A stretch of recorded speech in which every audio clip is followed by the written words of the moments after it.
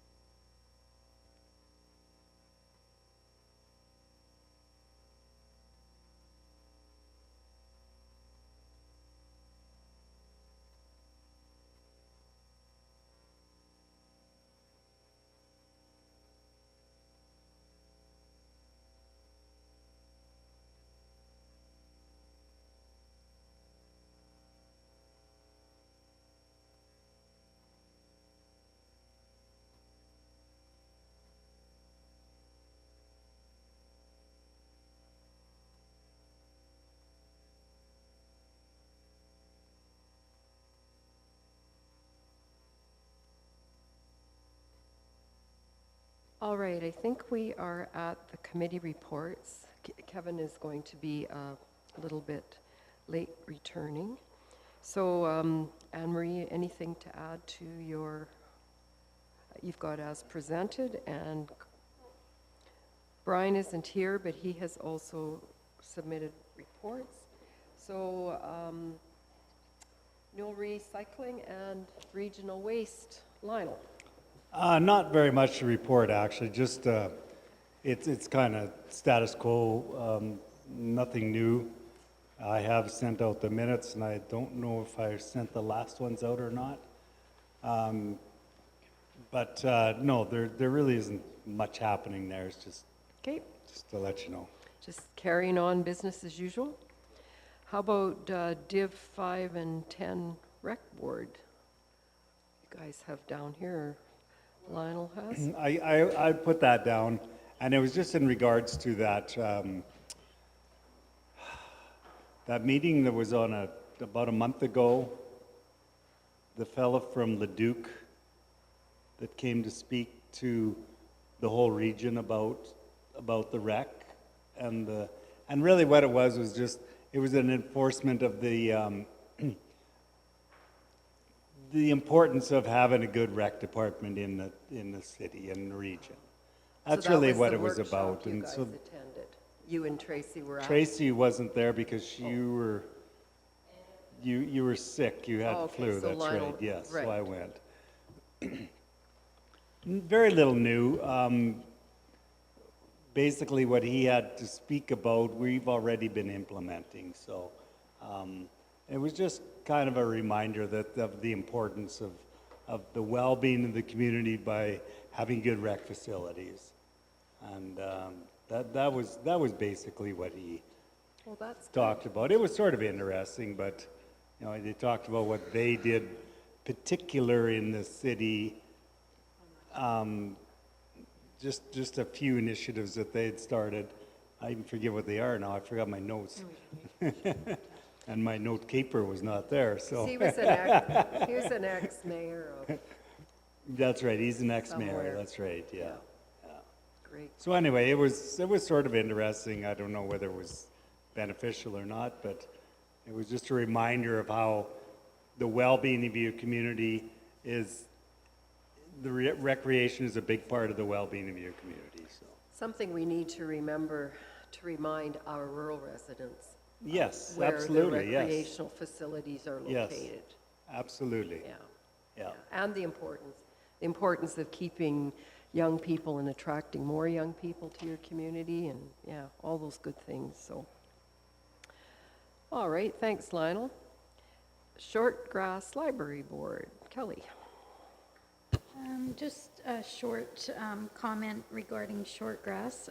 They're in the throes of the audit right now. Should be completed for the next meeting. And they've received our letter indicating approval of next year's allotment or dollars. So that's much appreciated. Jasper Conference is April 25th to the 28th, and we've received word that there'll be no ministers present, so we are only sending one board member this year. Not even our CEO is going, so it'll be interesting to see how that conference fares all the way up in Jasper. And then if I could carry on with Newell Library, we have 4 meetings a year, just to remind you. And our most recent meeting was last week. And all municipal libraries, all member libraries in Newell have submitted their year-end reporting as required by the province. And one library is just providing audited financial statements for the previous year, and then we're all caught up. And we do have, we maybe haven't received written notice, but I do know verbally that we will be looking for a new chair at our next meeting. So that will throw a huge wrench into the program, I can guarantee it. Not trying to taint the process or take it away from Janine that she shouldn't retire, but it definitely is going to put a difference in our Newell Library and a big hole. Lots of history there. Absolutely. How many years? Well, she's been chair for probably 7 years, and then she was on the board. Clarence, how long? Forever. And she's also Rolling Hills manager, library manager,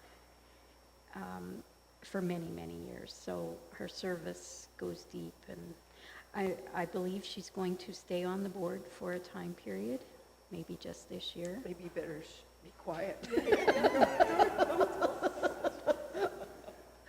Oh, I'm sure the way they talk, they know everything about each other. I'm not saying anything.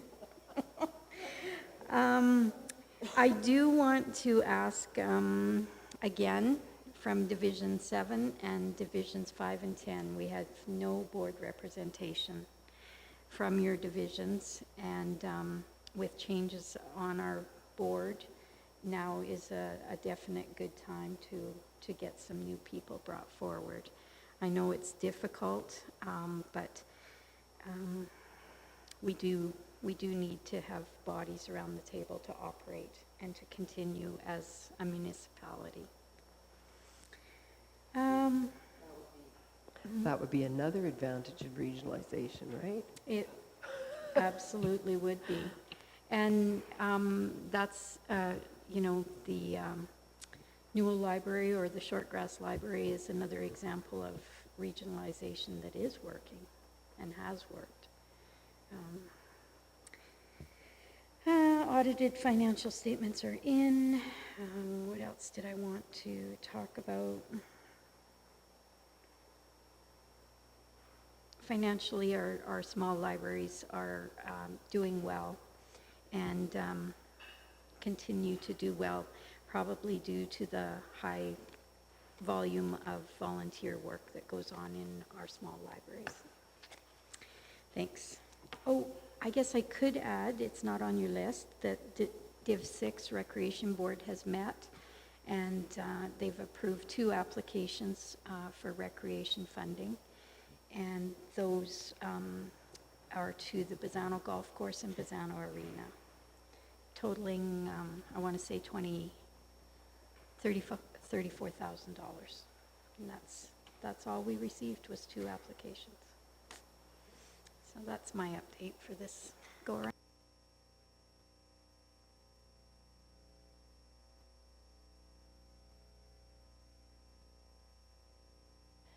Kelly, I can't say yet, but it's in the works for Division 7. It's looking up, but I'll report if it's so. If you need any assistance or the person has any questions, our chair, Janine, is a great resource. She's a great person to talk to, or I could be on the phone too if needed, but Janine would be the best route to go.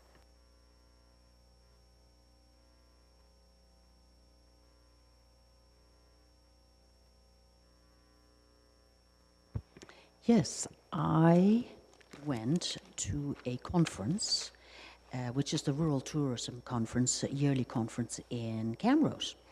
Um, the usual frontline workers are very important for tourists to get the information on what to do in the area. If they say there's nothing to do here, then people don't think there is anything to do. So it's very important to keep them in the loop. Social media, at the moment, is difficult to upkeep Facebook and Twitter and Instagram and YouTube and what have you. Apparently, in the future, there will be a machine that will think for you and do these things for you. So something exciting to look forward to. Also, a cell phone, they will think of getting a new program for that. So all you have to do is hold up the cell phone, maneuver it around, and it will tell you exactly what's where and what you can do in the area. So something exciting to look forward to. Also, Sheila Willis, she's an award-winning, self-proclaimed high school dropout who has a passion for history.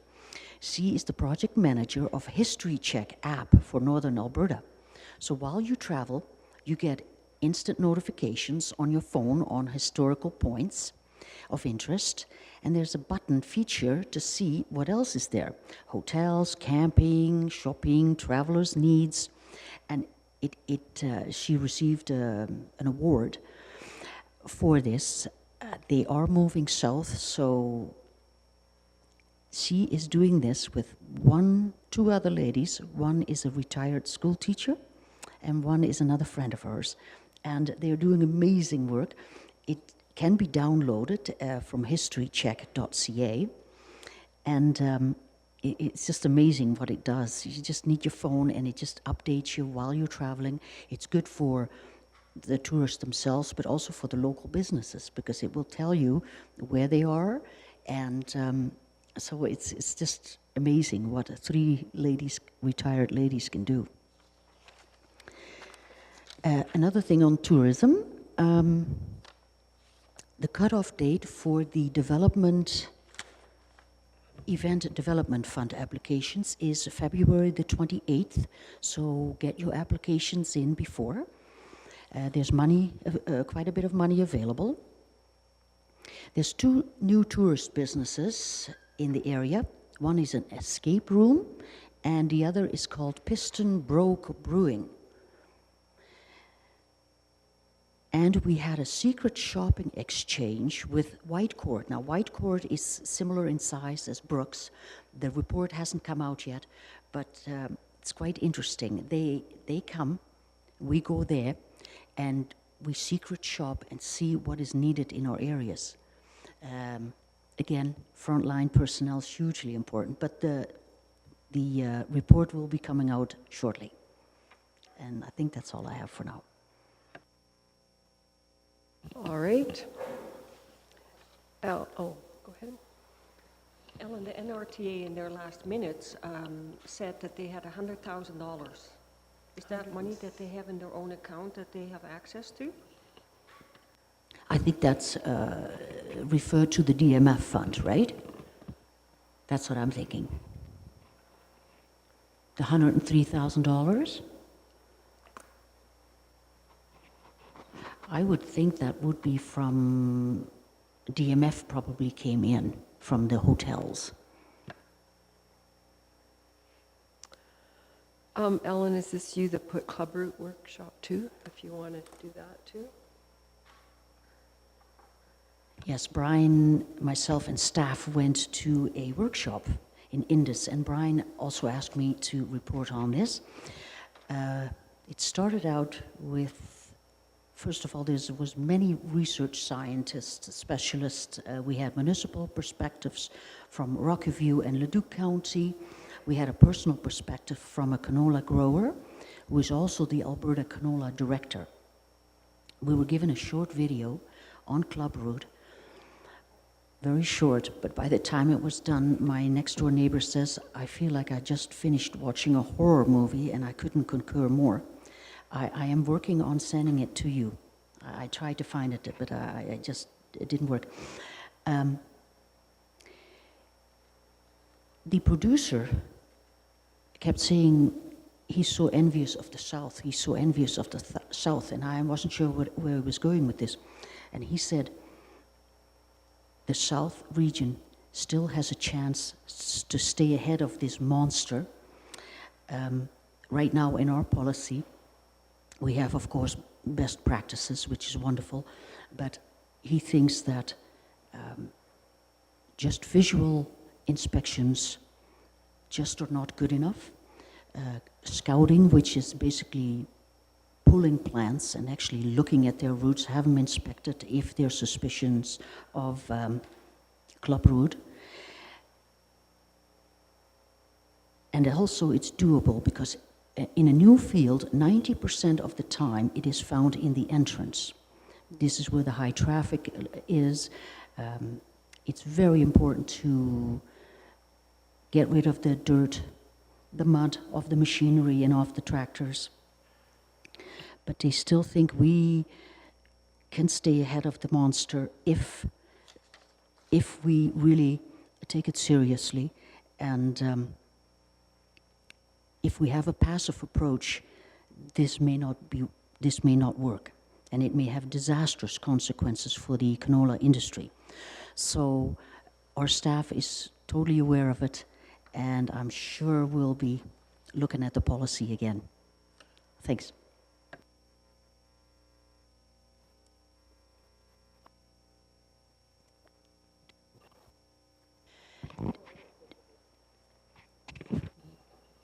Lights on. And something is dropping now. I'm losing things. Anyhow, can you hear me? Beside best practices, they think that rotation is so important, and of course most farmers are very good. They rotate, which is the key, critical key to preventing the spread of clubroot. But they think that just a visual inspection and the plants are wilting or they're blooming too soon will be basically too late. So when a crop has been grown year after year, perhaps 2, 3 or more years in a row, one should really have a look at that field and scout it instead of visual checking it, which would show if there is a problem, because clubroot can be already in a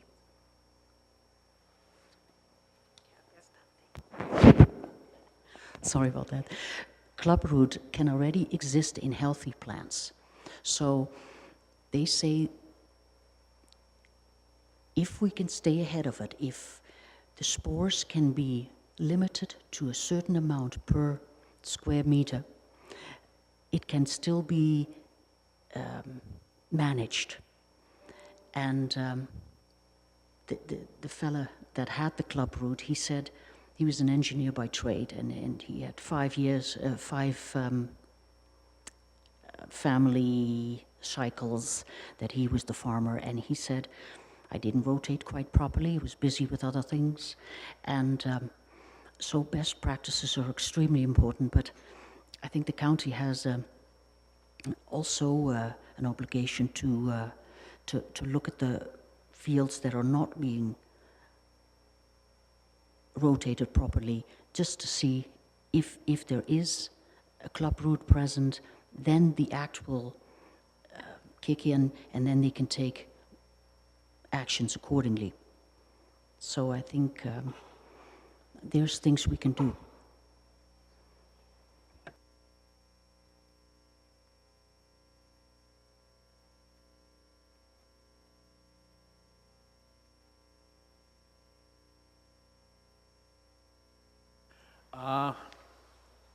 We finally had a meeting after quite a while, and more or less got our act together and started getting things going again. We decided to, we're gonna try and put out a brochure, gather information from most of the communities along the Highway 36, and what is it, 81? Yeah. put a brochure together. We're looking at possibly developing an app, and I've actually been in contact with Roberta over this, and she has given us some information which I will forward on to the rest of the committee. It looks a little expensive, so I'm not sure how far we're going to go with that. But that is basically what's happening right now. Oh, and you remember Mike? He's looking to retire, so we're trying to find someone to replace him. He is the guy that does basically all the work there. And he's been at it a long time. He's been after us for like 3 years now to find someone to replace him. And I think we've ignored him long enough, and we have to do something. So that's part of the process now. So we only have 4 meetings a year, so this is going to be a slow process. So we're going, and hopefully we'll have a brochure in about 6 months that I can bring to you and show you what's going on. So, and that's about it. Anne-Marie? Wayne, you mentioned once that you were talking about having a priority list of where pullouts needed to be or where improvements needed to be made. Like, how is that process going? That actually has been done for about 1.5 years, 2 years now. We have a priority list. We'll have a meeting usually with the managers of Alberta Transportation, Department of Highways, once a year, and we push our list at them, and they know the list, they understand it. But do you know what the finances are in the province? And we have, like, the Chin Cooley turn there, that one has been done. It was on our priority list, and it's done. The biggest thing we're pushing out right now is to get some turnouts. We are slowly getting them. We'd like to see one every 80K, because the big wide loads need some place to turn out, and you get some of these loads, you can't even get past them. If the road gets, right now, the 36 isn't like it used to be for traffic, but say 5-6 years ago, you got behind some of those wide loads, and you were there for quite a while. So that's why they've been pushing to get some turnouts. We're not too 881 is a big problem because there's been some serious incidents up there. It's coming along, and we just keep pushing on these issues, and it'll be years before it's all done, but hopefully someday. Thanks, Wayne. FCSS, Clarence. Excuse me. Just a couple of things. First of all, I'd like to invite you all to the Citizen of the Year Gala that's happening on April the 5th. And to remind you, if you have some senior or junior citizens that would qualify, please try to nominate them or get somebody to organize the nomination. Nominations close, I think, March the 8th, so you have about 2 weeks now. It'd be nice to get a number of nominees in there. The other thing I'd like to invite you to is on Saturday, April 13th, I'd like to invite you all to GEM, because GEM is honoring Castle, so it's our regular honoring a community suppers. Saturday, April 13th. Otherwise, FCSS is moving along as normal, and I think the same can be said for NRSC. Thank you. Thanks, Clarence. Questions? Yes, Saturday the 13th. There'll be limited seating available. You've been in the hall before, so you'll have to get your tickets fast. And yes, Castles is the community being honored. So Gary Hankins and Crystal Helmy, is on the committee helping get Castles organized for that. I have had a really quiet month in February when it comes to reports because I've been away a lot, and I did send out some stuff about the financial solar summit that I was part of in Calgary to give you an idea of what that was. It was definitely over my head, most of it, for interest, because it was all financial, banking and investing and solar and funny.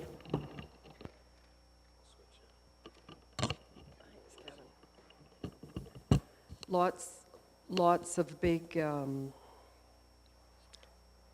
investment companies, it seemed to me, but I thought, of course, that our little they had panels and they had speakers. They had speakers that did their own presentations, and then in between they would have panel discussions. And so I was part of a panel of there were 4 of us, and it was mainly our own personal experience with solar in our county. So I think people enjoyed it, so it went well.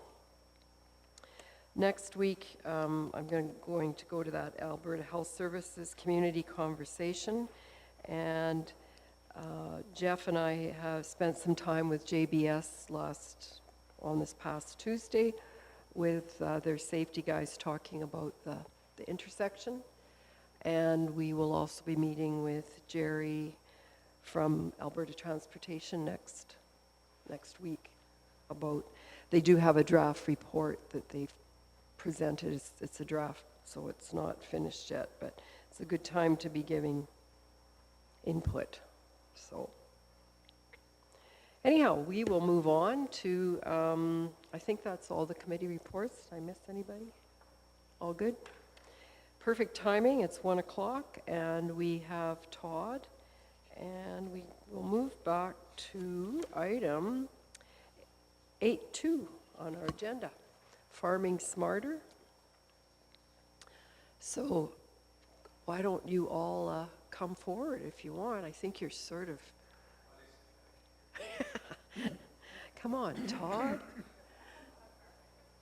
Oh, perfect.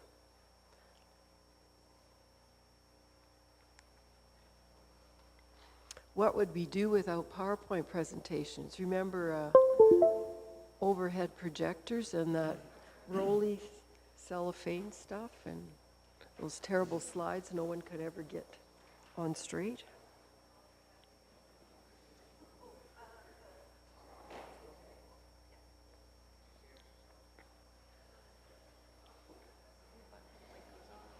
Oh my goodness, thank you.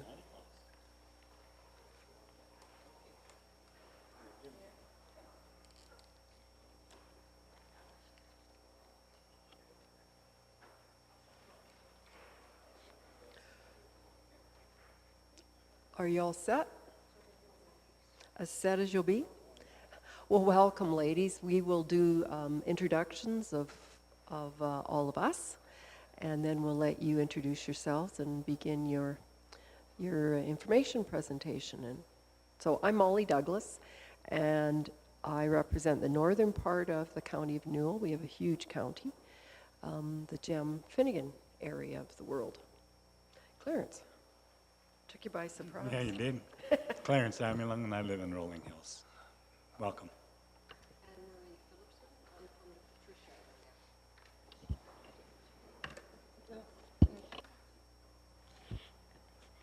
Kelly Chrisman, I'm from Div 6, the west side of the county.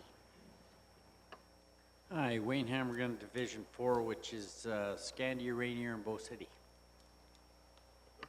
Hello, my name's Lionel Just, and I'm from Division 10, which is north and east of Brooks.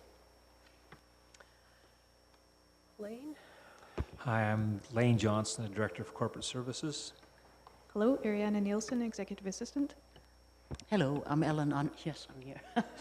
I'm Ellen Unruh, and I represent the countryside around the village of Rosemary. Hi, good afternoon, welcome. I'm Tracy Fife, and my area is south and west around the city of Brooks. Welcome, ladies. I'm Kevin Stevenson, County Administrator.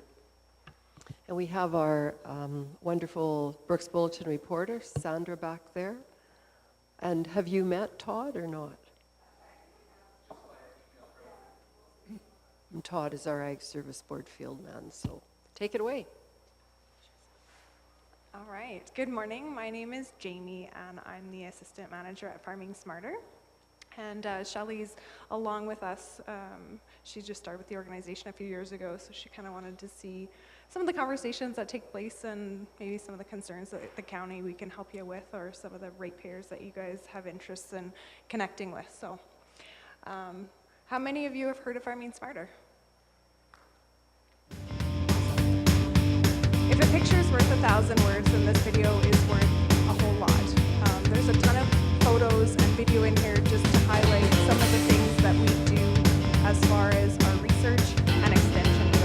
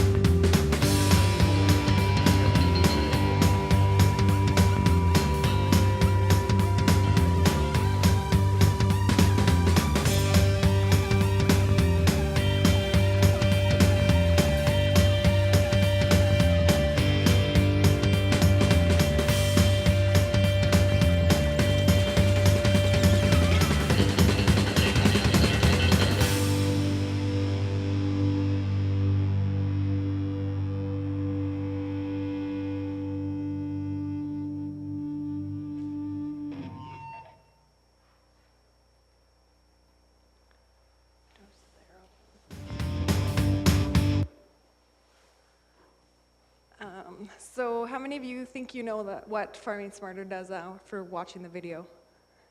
Did it help? Did it only make it more confusing? What was that, sorry? Lots. We do try and do a lot of different things. To give you a little bit of a background on the organization, we are a nonprofit registered charity. We are regionally focused, so the main area that we are concerning ourselves is Southern Alberta. South of Highway 1 are the people that we're trying to connect with. The people that are innovative, that are trying new practices and adopt new technologies, those are the people that we really want to work with. Being a small organization, we obviously can't try and reach everybody all at once, and so partnerships become a big part of what we do, and we encourage partnerships with all kinds of other organizations, associations, counties, you name it. We want to work with everybody and have as much impact as we can through those partnerships. The organization is led by a policy board. Currently, we have 9 directors sitting. I believe we are probably going to have a few more.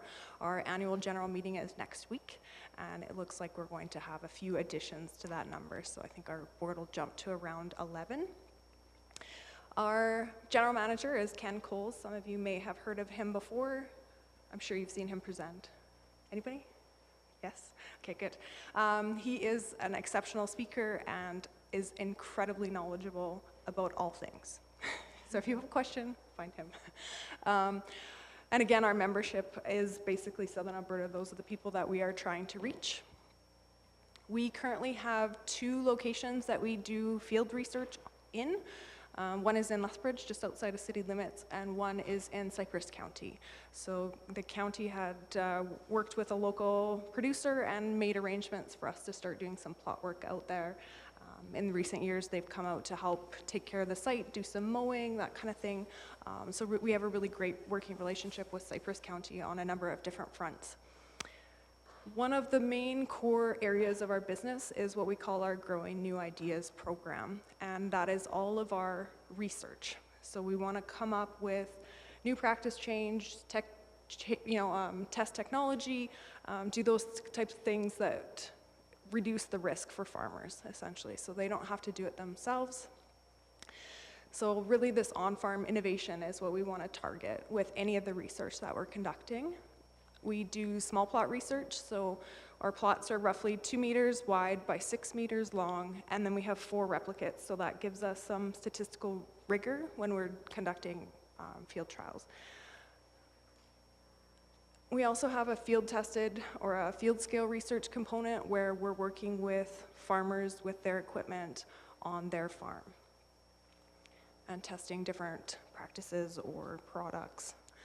Again, this collaborative approach is one that we continue throughout all of our business activities. So some of the projects we are leads on and some we're just a cooperator. We have really great working relationships with other research partners like Alberta Innovates. There's an organization in Flair in Northern Alberta, SARDA, that we work with on a number of research projects. And so it helps us give that Alberta-wide focus and results for any of the research that we're doing. We can collaborate with different partners throughout the province and give sort of an overall picture as opposed to a really local picture on the research. We have a small novel crops program, and with recent changes to funding structure and grants, it's becoming a little bit more of a challenge to be able to do. But some of the ones that we have done in the past include hemp and corn and things like that. Last year we tried some quinoa as well, just trying to fit new crops into the rotations for farmers so that they can also incorporate those new technologies on their farm. If at any point you guys have any questions, feel free just to interrupt me. And the majority of what we do is all agronomy based. So putting it into practice here and now, how does it affect the farmer today? For any of you that may be wondering how we're getting our money currently, this is what it looks like for 2018. The majority of our money comes from grower groups and industry and sponsorship. So we take on industry contracts where they're testing different products, things like that. So that's what that is. And then we get a small government grant that covers sort of our operating costs. And we also get some money through grants, so specific research projects that we can apply for funding for, and the government has kicked in some money there. Our membership, this is pretty much exclusively our event fees. So any of the registration money that we've taken in for any of the events that we've hosted, it only accounts for 5% of our total budget. And because we are a charity, we do have the capability of taking in donations, and currently it's just not a major fundraiser for us. So we haven't been able to generate any significant amount of money to date through the charitable status, but it is something that we're considering trying, but it doesn't look super optimistic at this point. We'll keep working on the grants and specific project funding. And when you break it out, the graph on the right there shows the public versus private. So that private is just the industry contract work that we're doing, whether it's a seed treatment or a herbicide that we're testing for a company. That's the difference there. And then the public is just where it's funded. So it's government funding or grower commission funding. Not necessarily that the information is public versus private, just where the funding came from. This is what our research components look like, so the percentage of the different types of projects that we had going on and where they would fall. So the big ones here, the innovative and novel crops was a big component of what we did last year.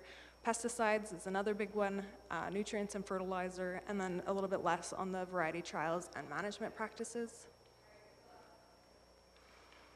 The second major component to what we do is making sure that the people that are working in the industry know about all the new practices, technologies, and innovations that are occurring in the industry. So it's a kind of a word that some people may use or not use. It's called extension, and it doesn't really mean anything, but it's basically our way of making sure that the people that need the information have it. So we use all kinds of different means to make sure that they get it.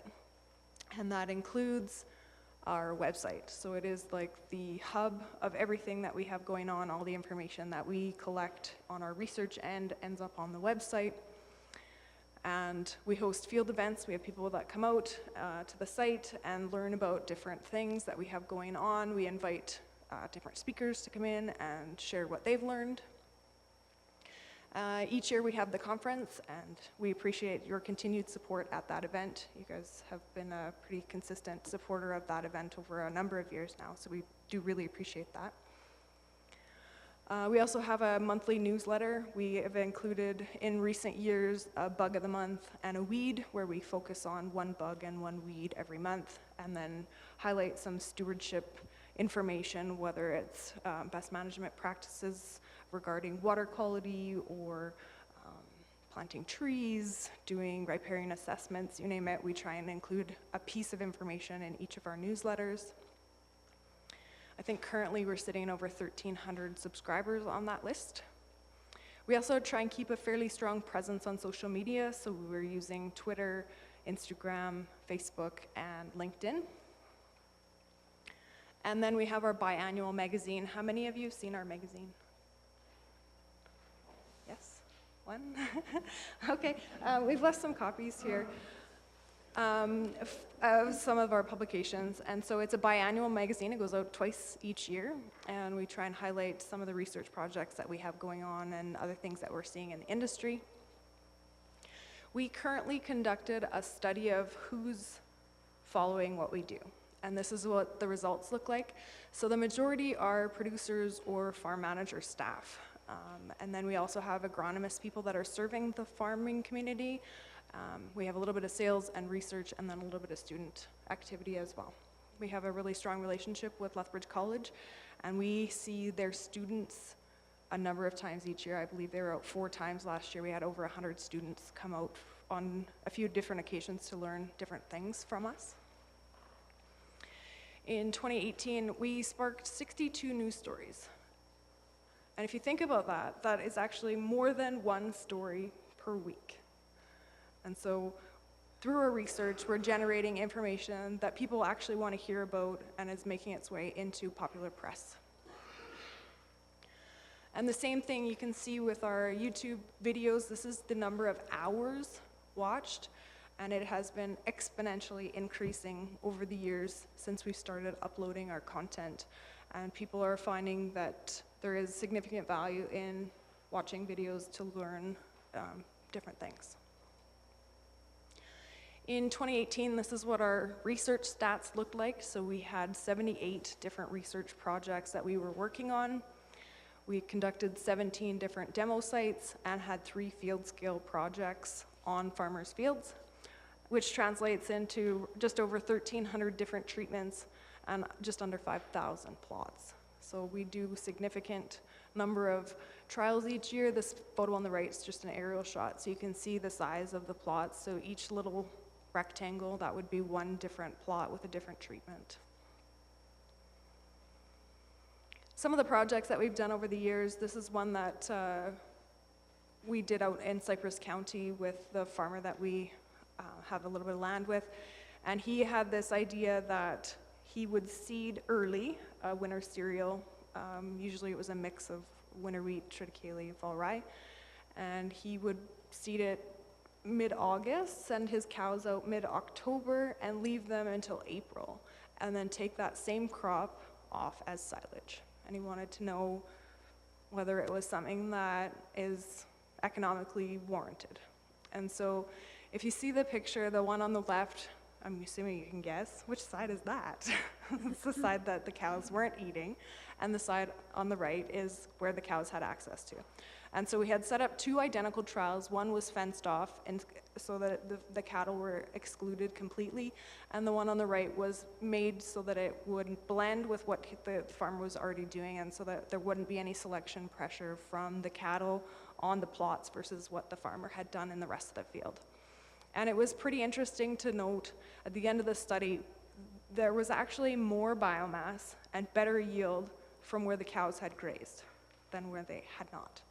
So you actually took off more plant material after the cows had already taken some than before. So pretty interesting.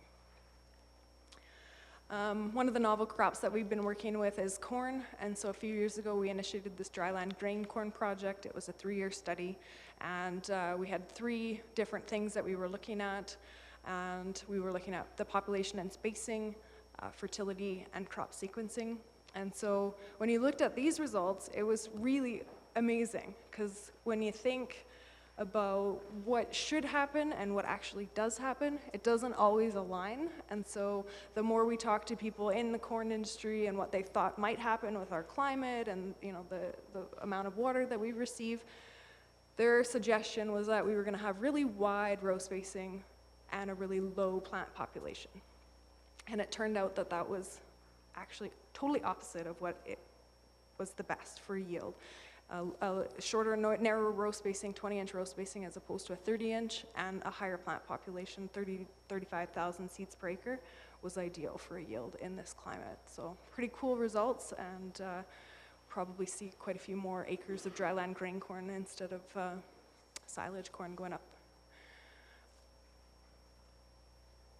One of the field scale projects that we've worked on was looking at 2 different soil sensors, an EM38 and a Veris, and how well you could use those tools to map the electrical conductivity, which is a good indicator of soil salinity and the water holding capacity. So it also gives you insight into the texture, how much sand, silt, and clay is there. This was just the way we laid out the field scale trials. So the same concept applies when we're doing field scale work as when we're doing small plot research. We want to make sure that the trials are, or the treatments are spaced throughout the field, not necessarily uniformly, but so that we have multiples. So we don't want one strip going this way of this treatment and another strip over here, and we're just going to compare those 2 strips. That doesn't give us enough statistical rigor to be able to have confidence in the results. And so we want to make sure that when we're setting up all of our research projects that they have that level of detail. One of the other newer research projects that we've finished was this precision planter project. More and more people, especially in seed canola, are using these planters, and so we wanted to be able to identify the best way to use these planters to get the highest yield possible for canola. And the results are indicating a significant advantage of using canola on 20-inch row spacing, or the 12-inch row spacing, as opposed to a 20-inch row spacing. And so we've seen as high as a 15% change in yield, increase in yield. And so with this trial, we were looking at both the seeding rate and liquid phosphorus. When we talked to the Canola Commission, their recommendation was, or is, 5 pounds per acre, and our highest treatment was 60 pounds per acre, and we still didn't see any visible results the first year. So we actually had to add in an extra treatment just to see if we could see some seedling damage with the higher rate of phos. Hemp agronomy is another one that we've been working on. We have seen this crop explode over the last few years, and it is a pretty amazing crop if you haven't seen it growing yourself. Ken is not a short guy by any stretch of the imagination, and so when you see it almost double his height, it's pretty incredible to see it growing out in the field, and pretty cool. It's also a really high potential for combine fires. If you've ever tried harvesting this stuff, it is, well, I'm sure you've seen the hemp rope, how strong it is. The same kind of thing happens with your combine, and it just wraps itself around, and it's like rope in there, and you gotta kind of get in there and cut it out. But lots of fun to work on new things for sure. Another one of these new ones that we did was a Brassica carinata. It is an oil seed similar to canola. It was targeted towards the Medicine Hat area where it's drier. It is actually more drought tolerant than mustard and canola, and it has a higher oil content, and they were using it for the jet fuel industry. One of the research projects that we initiated ourselves and got some funding for was this hail damaged crops. And the first year we were looking at it because we had heard some rumblings from farmers that, hey, if I apply headline after I get hail, my peas are way better than they would have been otherwise. Do you have any research to support or reject this claim? And we've seen a number of products in the last few years with these hail rescue type claims to them. And so people have been asking, have you done any work on that? Can you do some work? And so we developed this hail simulator you can see in the picture at the back there. And it's like a World War II minesweep, you know, with the big chains. They used to do that. Same kind of idea, actually, and it worked really well. We had AFSC come out, their hail adjusters, and look at the damage that we were inflicting with this equipment to verify that the same type of damage you would see in an actual hail damaged field. So it gave us good confidence that we were damaging the plants the way that a hailstorm would, but gave us the ability to have that untreated check. So to try and do research on a plot where you're just relying on hail naturally, I don't think it would work all that well, because then you don't have anything to compare back to. So this gave us the ability to be able to do that.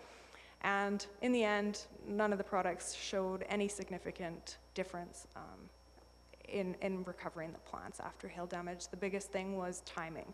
So if the plants, especially wheat in particular, if you get an early season hail damage, the plants are in that vegetative stage, they just regrow leaves. But as soon as you move into the plant, into the reproductive phases, where it's starting to set seed and send up resources that way, it pretty drastically reduces yield. And so you can see the damage that we've inflicted, both same day, but one was a light damage and one was a little bit heavier. That just gave us the confidence to be able to say that no matter what kind of damage you were seeing, the products didn't really make much difference. So you can compare the untreated check with both the damage treatments, and then we did it at different timings as well as far as the plant stages goes. This was a picture from our Cypress event last year. So as I've mentioned a couple times, we have a pretty good working relationship with Cypress County, and we would like to see more of those types of partnerships in different parts of the province. This was an event that we held out there. I think we had just over 100 people show up. Got to learn for the day, we had lunch. It was a really great opportunity to kind of get together with the neighbors and see what's happening in different parts of the county. And then as far as our out of the box goes, Open Farm Days is one of the events. How many of you have heard of Open Farm Days? Perfect. So provincial-wide initiative, it's actually a federal initiative, but the province took it up a few years ago. And Farming Smarter, this will be our 4th year. So we've already completed 3 Open Farm Day events at our site. And each year we're seeing a pretty drastic increase in attendance. So people have a really good appetite for learning about agriculture. There are so few people nowadays that have a connection to a farm that they really appreciate being able to go out and see what's happening and learn a little bit more about the industry. Some potential for collaboration as far as we can see it at this point, but we are open to suggestions or what your ratepayers would be interested in or what you guys think might be beneficial for both parties. These are some of the things. So if you guys have a research project or if you have people that are coming to you and saying, you know, hey, we're noticing this is happening. Do you guys have any info on this? Come to us. Let us know. Extension events. So as I mentioned, if there are opportunities that you guys want to partner with on putting on events, we're happy to do that. We have pretty solid expertise in event planning at this point. Pretty successful at getting people out is the biggest thing. The majority of the people that come to our events hear about it directly from us. So as I mentioned, we have over 1,300 people on our list.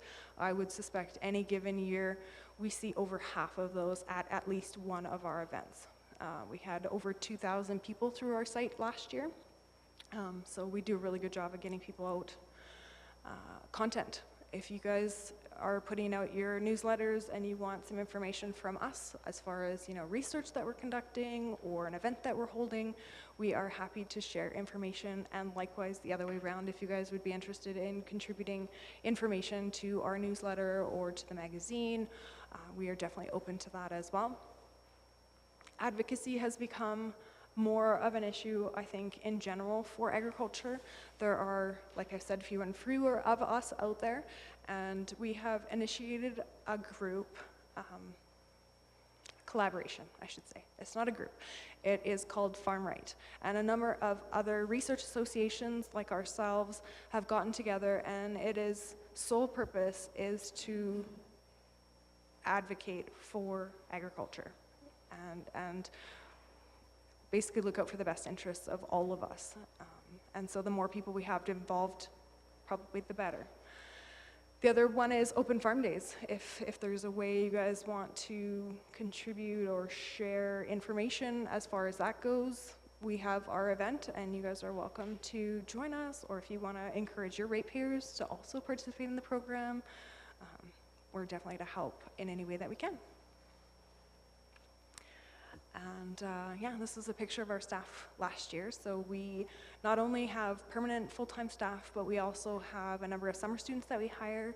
As I mentioned, we have a really great relationship with Lethbridge College, and we've got to the far right, there's the two gentlemen over there, and they were interns from France last year. We look like we're probably going to have another 2 this year. Part of the international requirement for those programs in Europe, as far as their agricultural studies goes, is they have to do an international component, which I think would be amazing for our local schools to pick up as well, actually.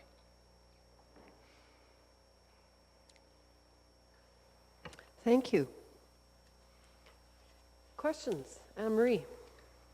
Do you work with the Lethbridge Research Station or the crop diversification here in Brooks?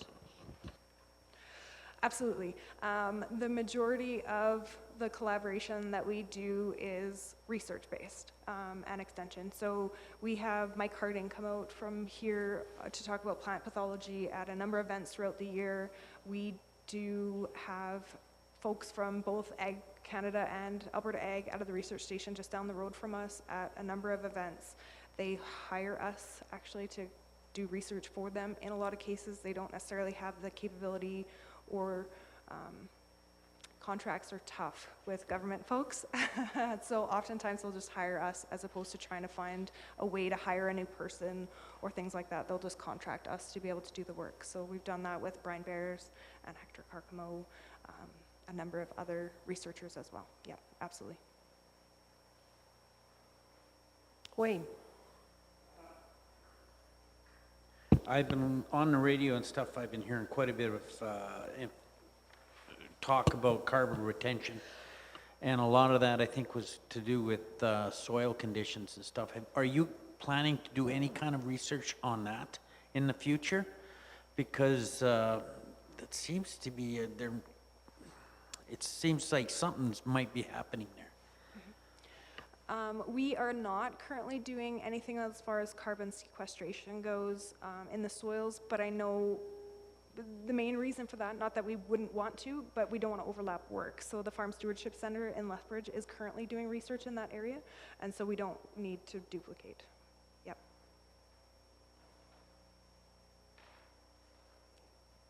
Lots of questions here. Awesome. Okay, on those corn trials, that was on dry land, and you said that was done in Vauxhall? We did have a site in Vauxhall. Yeah. What was the rainfall on that year, and what kind of yield did you look at? I don't have the numbers off the top of my head, but it was a 3-year study, and so there would have been 3 different years, basically, and we did have some of the 3 driest years on record that we conducted that. So I'd have to go back and look at the specific results. I don't have it off the top of my head, but happy to get that information to you. Where is all this information that you're gathering? On our website. On your website? Yeah. Okay, thank you. Yeah, you're welcome. Other questions? Just, we have within the County of Mule, the Rangeland Research Institute also, which is connected to the University of Alberta, which is, not about farming, but more of the grasslands ranching aspect. So lots of stuff going on in the agricultural areas. Like truly, I think, Anne-Marie mentioned the CDC here, and I've been out to different things they've done in the summer, and it's amazing how much stuff there is actually happening in research with all the different groups, because you guys aren't the only people doing all this sort of stuff, obviously, either. So how long has Farming Smarter been around? You probably said that. Actually, I don't think I did, but the organization itself, as it sits today, amalgamated in 2012 from 2 previous organizations, so the Southern Alberta Conservation Association and Southern Applied Research Association. Both began in the early 1990s, operating under somewhat different premises. One was mostly research focused, as our research is today, and the other one was extension focused, and it was specifically tailored to the conservation tillage movement at that time. And so it has adapted over time, and its main event was the conference, which now is, as it sits, the Farming Smarter Conference that we hold every year. Yeah. Interesting. That's not a small staff. That's a, It's one of our biggest years that we've had. So we were fortunate enough to have 2 on intern positions. So we had career focused positions. We also apply for grants from the government for student temporary employment, both the federal and provincial, which allows us to be able to hire some of those wonderful people. So I think at this point we have 7 full-time staff members. So over double in the summer just to get the plot work done. But yeah. great. Other questions, folks? Thank you. Thank you for coming here today and broadening our horizons about what's going on out there. Very much appreciated. Todd, do you have any? Yeah, I just wanted to touch, Jamie mentioned the SACA and Sarah, and that's kind of where our involvement had always been, was with Sarah. We used to help put the conference on back in the day, and then that's probably why we continue to sponsor the conference. As of now, we don't give any resources as in time, it's just all money now, which is the $2,500 that we give every year. So. Not entirely true, actually, because when we had a conference planning committee, Holly sat on it for a long time. Well, she did some stuff I didn't know she did. Not for the minutes. Oh, whoops, sorry. That's true. It's nice to know that we were very visible. And we have, well, Gary McClagan used to sit on the board, I believe, of Farming Smarter too. He might have just recently got off? Yes. Yeah. So that's one of Clarence's buddies from Rolling Hills, so nice to have some local input there for sure. But yeah, when Jamie mentioned that they wanted to come up and give us a little more idea what Farming Smarter was, just I wasn't exactly sure what we, what the premise was behind it. Usually, everybody wants more money, so that's like, just be careful what you ask for. But I think we've had a great working relationship with Farming Smarter, and they do a lot of the things that we don't do anymore. We don't do plot work anymore. We often don't send out newsletters as much as we probably should. So there's just a lot of great things that they're doing that we're not. So it's kind of a nice partnership to have for sure. We believe in this area to work together so you're not duplicating things that don't need to be. So thank you. Thank you so much for coming today, and I'm sure we'll all pay more attention to Farming Smarter now. Thank you. Did you get your thing, thumb drive?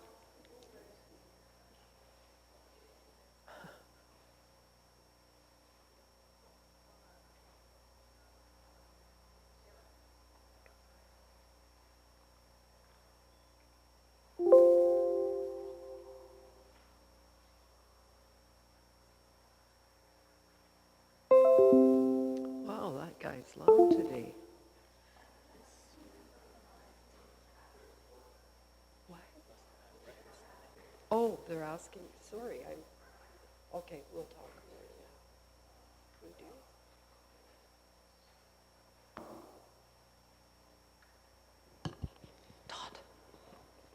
Todd?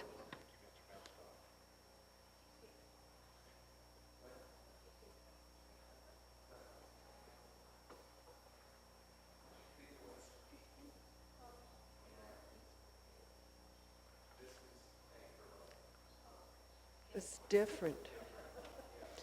Had me scared, Kelly. I'm going, what? All right. We'll move on to Todd's report. Sorry, thank you. Yeah, I didn't, this was the Ag for Life one that's coming up. That was one that we had talked or had emailed around a long time ago, and I never did bring it forward. Ariana said it was important to bring forward eventually, so thought we would. I always listen to Ariana. You're a smart man. Even if you didn't, Holly. I probably knew that, but it was a long time ago. Yeah, I know. A lot on your mind. Sure. All right, so quick formal report. This is the January report, but since we were all away at the conference and there was lots going on, we kind of pushed it off. So thanks for listening to me today. But our CCIP program, I think, is going really well. The numbers from 2018 was 1726, and that was up from 1431 in 2017. So good year. We had a great season for control or for harvesting. So that was good to see. I think we're going to have a busy year selling strychnine. We've talked about it quite a bit with our team and just how to make sure that we're not overselling to producers that might not need as much as they want because of the fear of not getting it again next year. So just some internal discussions on that. We kind of looked at our policy a little bit and thought maybe we might bring it here for some discussion, but we think we can control most of that stuff just with the policy as it sits. So we haven't heard anything from PMRA yet on the fate of strychnine, but we did put our order in. The company that makes it is making some this spring, so we'll get the 100 cases that we wanted, so that's good. We did complete the coyote survey. Not the greatest timing. Doing the coyote survey in February is tough because they're less interested in the smell of the scent traps than they are about finding a mate.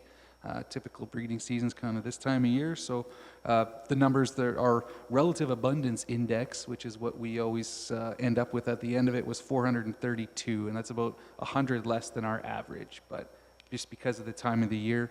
We've ranged from in the 300s up to 1100, so just with some, taking some of that into consideration. They're like teenagers, coyotes. Once you get one thing on their mind, that's all they get. Just teenagers. Absolutely just teenagers.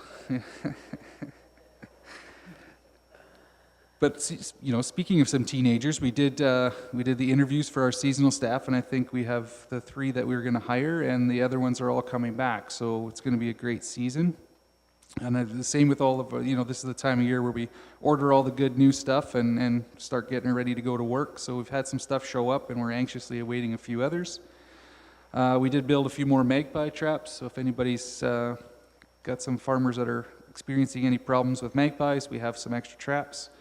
And Howard built our new outside sink for Emerson that you guys agreed to in the budget, which I think it looks gorgeous, and it'll be a nice addition. And then Howard is going to take on a project of restoring an old culvert that we took out. And I don't know where the guy said it came from. I believe it was kind of Scandia area, if I'm not mistaken, but it's actually tongue and groove wood with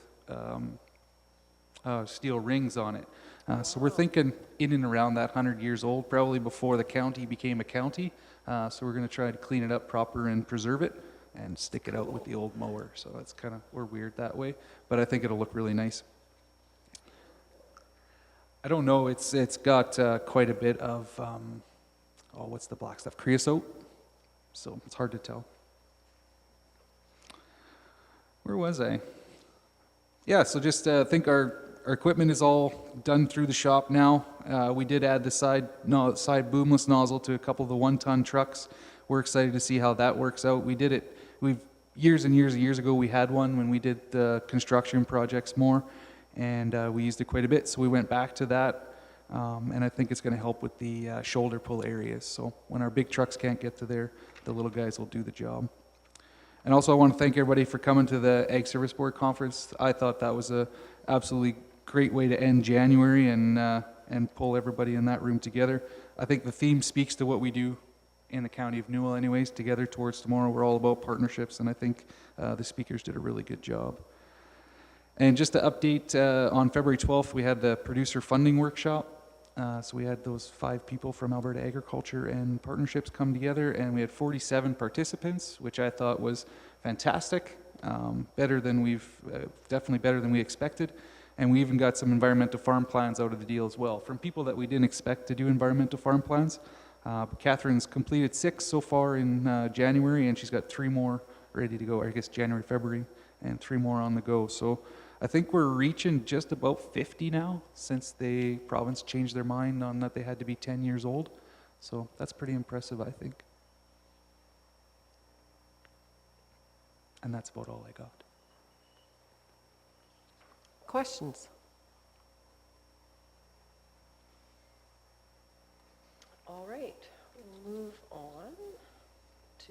motion to accept Todd's report? Wayne? All in favor? Opposed? Motion is carried. And Ag for Life funding request. Yeah. So we all seen the letter. They're having a funding campaign. It would cost us $1,500 to get our county name on the back of the bumper sticker for the trailer to go around, the rural safety unit to go around the province. We have had them in our county before. They partnered with they came down for the Rural Roots Ag Days in Rolling Hills, and I imagine they'll follow them around again this season. I think they do some great work. Agriculture for Life has done some great work over the years. They got a pretty extensive website if anybody took the opportunity to go there.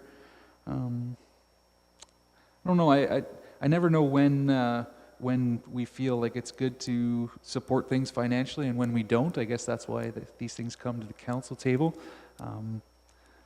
It seems that a lot of these organizations are funded through sponsorships, and they often don't get as many as they need, which is why they reach out to municipalities.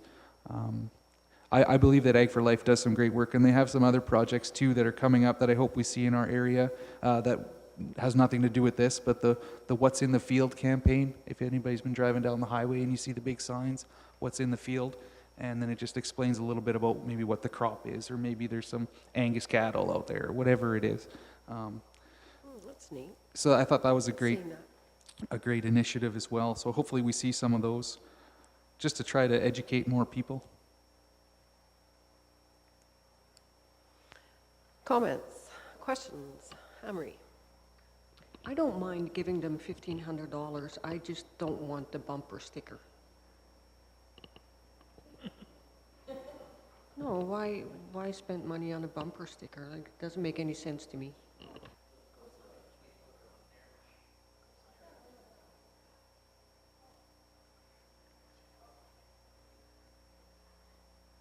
You just don't want the publicity.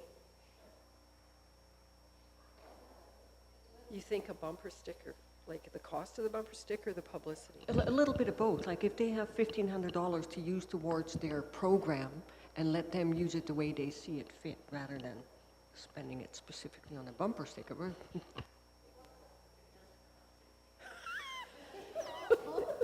No, the bumper sticker is their recognition of our support, so it would have the county new a logo or whatever, right? But we would support the operations of the Ag for Life trailer, so that it could go right. Is that the intent? And continue to run the safety program, yes.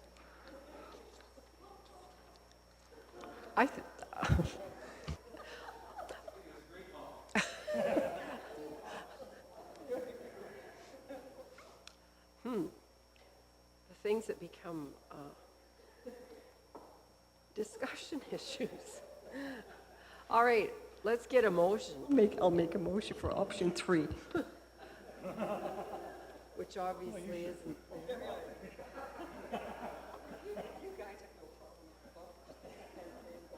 All right, all in favor?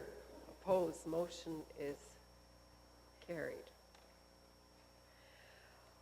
That's it, Todd? All right, thank you so much. We will move back to post-agenda item, which is the participation in the Community Generation Capacity Building Program and the Good Friend Road closure. Okay.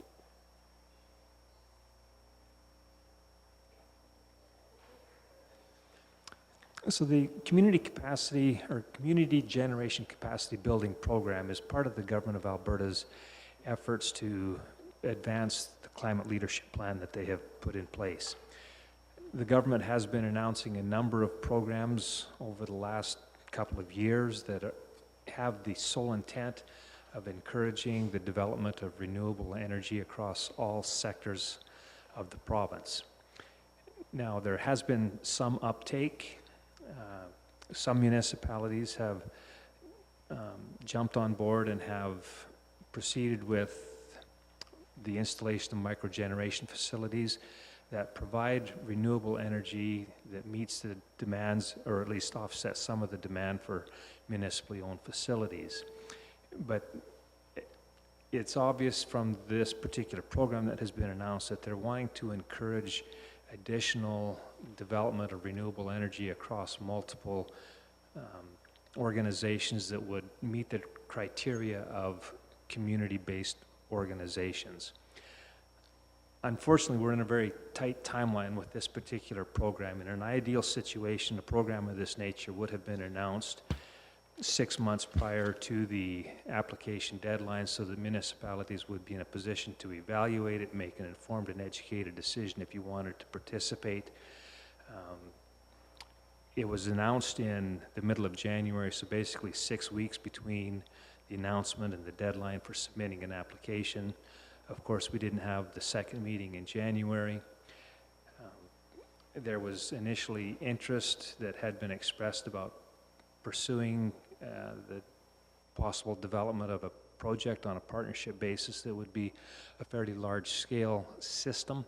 And the reply that we had received after investigating that opportunity further was that if there is interest that the municipality has, we need to be looking at getting an application in under this program and completing the requirements of this particular program with an expectation that once you have done this foundation work, that then there would be an opportunity to be considered for capital contributions towards a project at a later date. The City of Brooks has made a decision to go ahead. They are going to be submitting an application, and there is an opportunity for us to do likewise.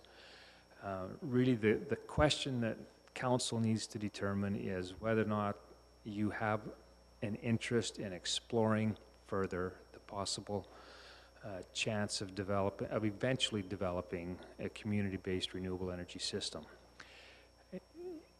If you choose to participate in this program, it is not locking you in to moving ahead with the actual construction of a program. The entire intention behind this funding program is to enable community groups, municipalities, and other similar organizations to go through the initial work involved in making an educated and informed decision at a later date as to whether or not you want to move ahead with a specific project. That's really where we're at. Does council have an interest in taking advantage of this program? There would be no cost to the municipality. There is $200,000 that would be approved and funded entirely by the program itself. If the program or the application exceeds the $200,000 mark, then the partners that are involved need to contribute 10% of the overall project cost. Again, in an ideal situation, if there was enough time involved, we would have come forward with a recommendation that we go through a full request for proposal so that we can figure out who we want to be pulling in as a partner. Just given the timelines involved, we haven't had that opportunity to do that. The application deadline is tomorrow, 4 o'clock. There is still time to get an expression of interest submitted and pull together the details kind of after the fact. This is a perfect example of a ready, shoot, aim approach for moving ahead with a project, taking advantage of a program that is there. But given the interest that the city has expressed in going ahead with a project on their own, the development of projects within the county, I think that this is an opportunity for the county to look at getting directly involved in a more definite way in this up-and-coming industry. It's not this particular program isn't limited just to the development of solar. It would be any form of renewable energy, and it could be that the outcome of this initial stage investigation would indicate that a combination of solar and small-scale wind, or biogas, or other forms of renewable energy development would be something that should be pursued. But all of that is part of things that could be investigated if there is an interest in moving ahead with this application. So with that as an overview, the decision is, do you want to participate? So this is completely different, separate application than the cities. Correct. There would be an opportunity, I would think, for us to look at aligning with the city's project once funding has been approved, if there is interest in doing that. It may be that once we get started going down this path, it's going to make economic sense for both organizations to pursue the development of one project, but initially, our application to go through this initial investigation would be a standalone application submitted directly to the program administrators. And so that's, this next step is to look at the possibilities, basically, and what could happen. So it's not a financial outlay at this point in time. It's just possibilities of a project. Correct. And the PowerPoint that was presented to City Council on Tuesday outlines how the relationship would work between the consultant that would be one of the partners brought in to assist with moving ahead on this. I guess the details, as sketchy as they are in there. Really, we haven't had the opportunity to really drill into this to the level that we would like to have if it was an ideal situation and enough time had been provided between the announcement and a submission deadline. Consultant, Mr. Mindorf, would be involved in both of these. The company that he is involved with, CWL Energy, yes, they would be the ones that we would be partnering with, going through the initial stages. It's not necessarily if the project goes ahead in the future that CWL is the one that would be involved at that stage, but at least going through the initial investigation, doing the groundwork, they would be the ones that we would be aligning ourselves with.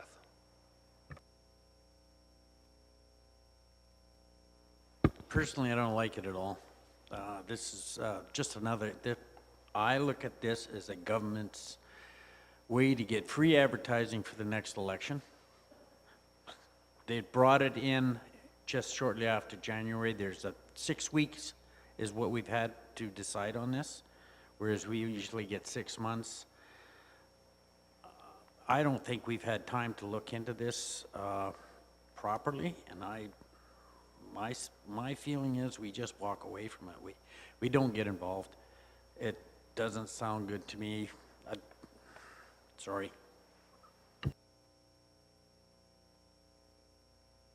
Clarence?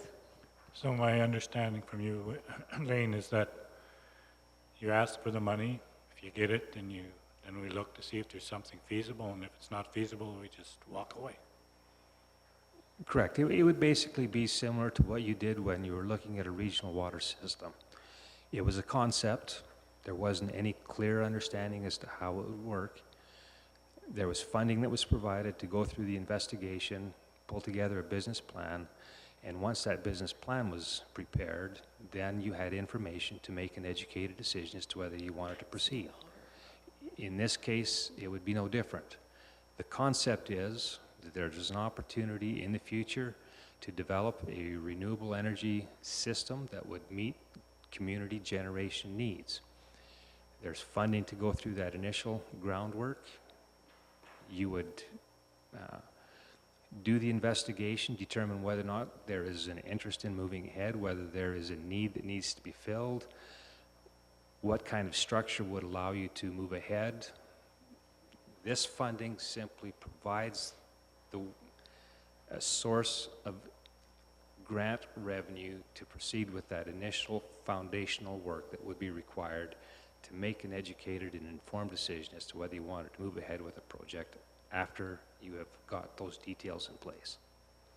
So nothing to lose and possibly something to gain. Anne-Marie? I have to think here before I make another sticker mistake. Another sticker, bumper sticker. City of Brooks is going to do it. Is there an overlap? Is there a need for both of us to do it? Can they do it and we learn from their research?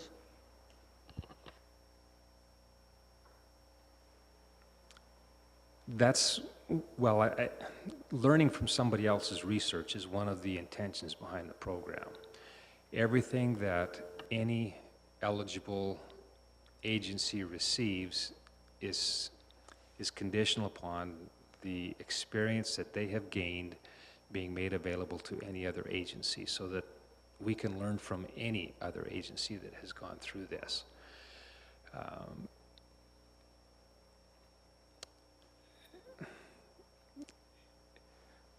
We could sit back and basically wait for Brooks to go through the process and try and figuratively hitch our wagon to their ponies after the fact, or we can get directly involved and be at the table right from the beginning. I guess that's a question you need to decide whether you want to be involved right from the get-go or try and join up after the fact.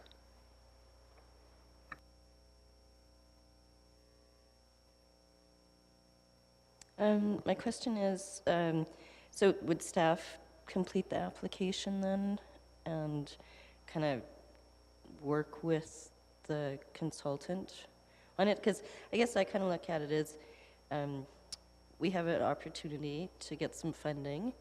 Our needs or outcome could be very different than the City of Brooks. And then down the road, there could be an ability for a partnership that we could come up with something from their needs and our needs to work together on it down the road, if so be it.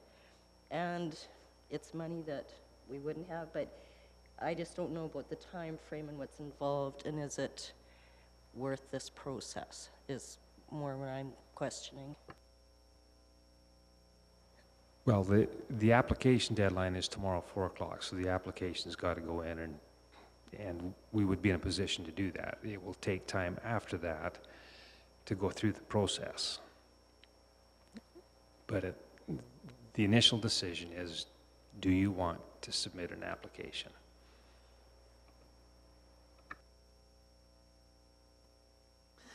No, I'm not changing my mind. I've got some real problems with this. They're throwing out money. We don't have a project, but we'll give you money to come up with the project.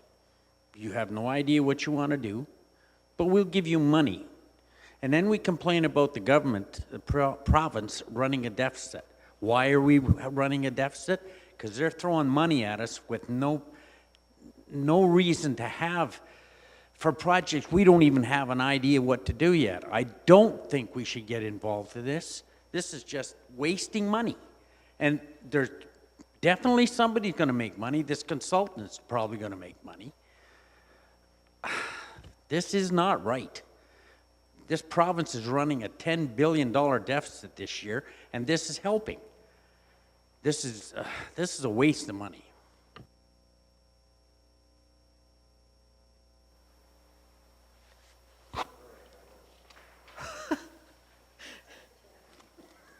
Alan? on that. May I ask our CAO for his opinion?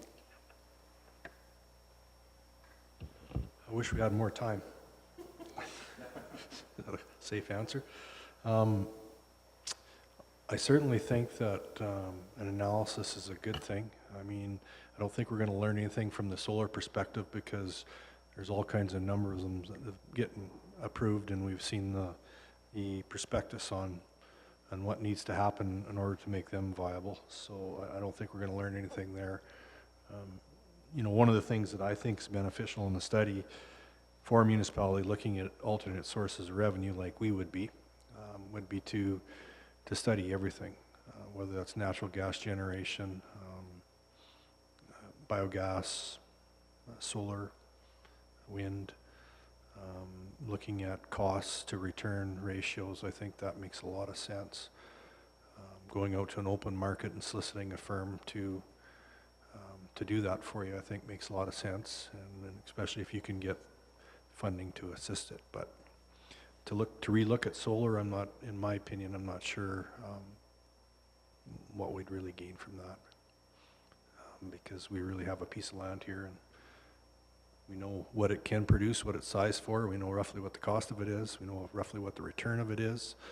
It's all based on power rates and credits and grant funding. But so if you're looking outside of that, to a different location somewhere, smaller scale, on a rooftop, we haven't considered that. So, but you know, within it, with only a day, it's pretty hard to really dig too deep.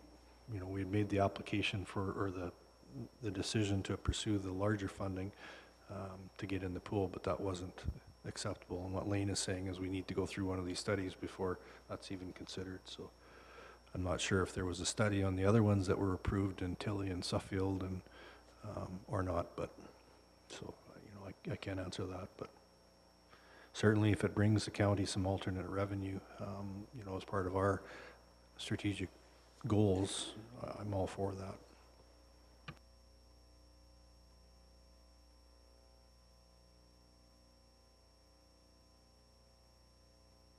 It's that time of day, folks. Or for some of us, it might have been all day. But community generation, yeah. I don't know.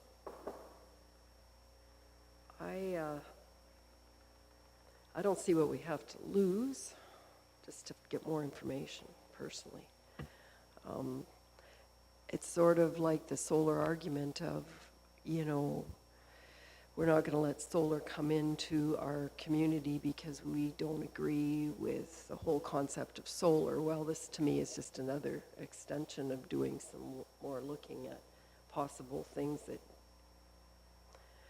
could change, or as Kevin pointed out and Lane mentioned, there's other things besides solar we could be looking at too in our gas-filled ground here. So, but the sun does shine brighter in the county of Newell than on the city of Brooks, so I do hate to think that they might get ahead of us on something. Anyhow, Lionel, help. Well, I have quite a concern about the municipality pursuing a business interest. I don't think that's our mandate, and it's within our to use taxpayers' money or residents' money to invest in business. I really don't. I have a hard time accepting that, and so that's why I have a hard time going along with this application. I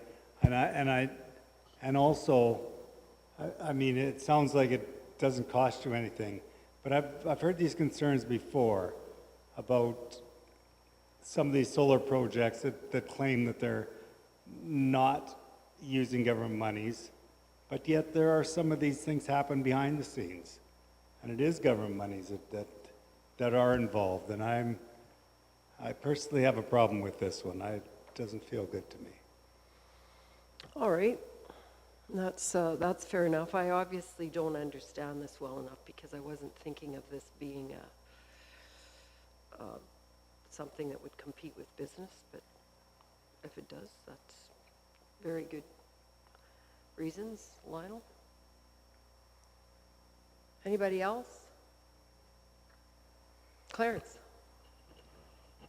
Well, one of our strategic goals is to get a different stream of income besides taxes, which benefits our ratepayers. We've thrown into a position where you can say we're going to not take the money because province doesn't have it, so we shouldn't spend it even though they're offering it. It'll go to somebody else, so you're not really helping anything. I don't hear anybody saying we shouldn't take MSI money. Same money. If it doesn't look feasible after you do your study, you don't do it. You can do it for nothing, basically, as far as we're concerned. Private industry, they'll do the same thing. Look to see if they can make a profit. If they can't make a profit, they won't do it. They just use government money. Should we not? It's out there. We can't control whether it's out there or not, but it is out there. It's an opportunity. We don't have a lot of risk there. Let's have a look at it. If 3 weeks from now it doesn't look very feasible, we just turn away and walk away. So, I don't know. Make a motion. I'm going to make a motion. Perfect. Perfect. Yep. I think we should pursue it. Okay. The option one. Any further discussion or rants?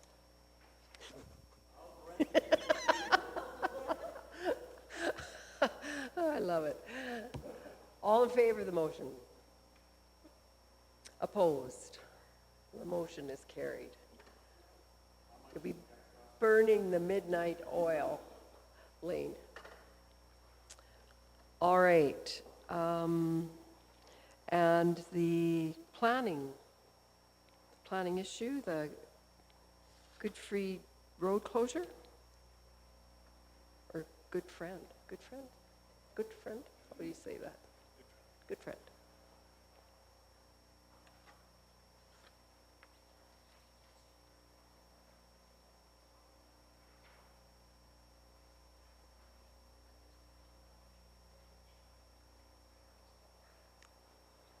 It was added. This particular road closure application was dealt with by council, what, 2 months ago? Okay, back to September, so 4 months ago.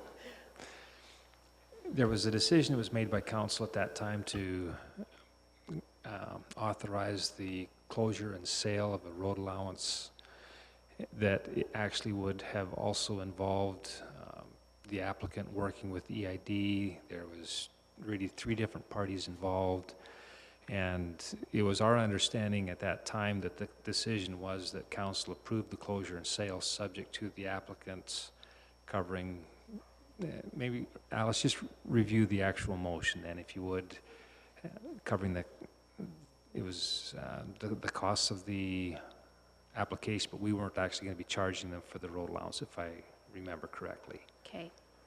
So I have the September 20th motion, but I don't have the one at the next meeting. Can you find that? So it would be the first meeting in October.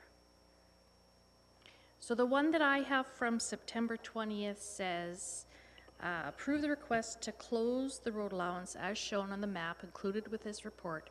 Transfer the land to Brent and Susan Goodfriend at no cost to them.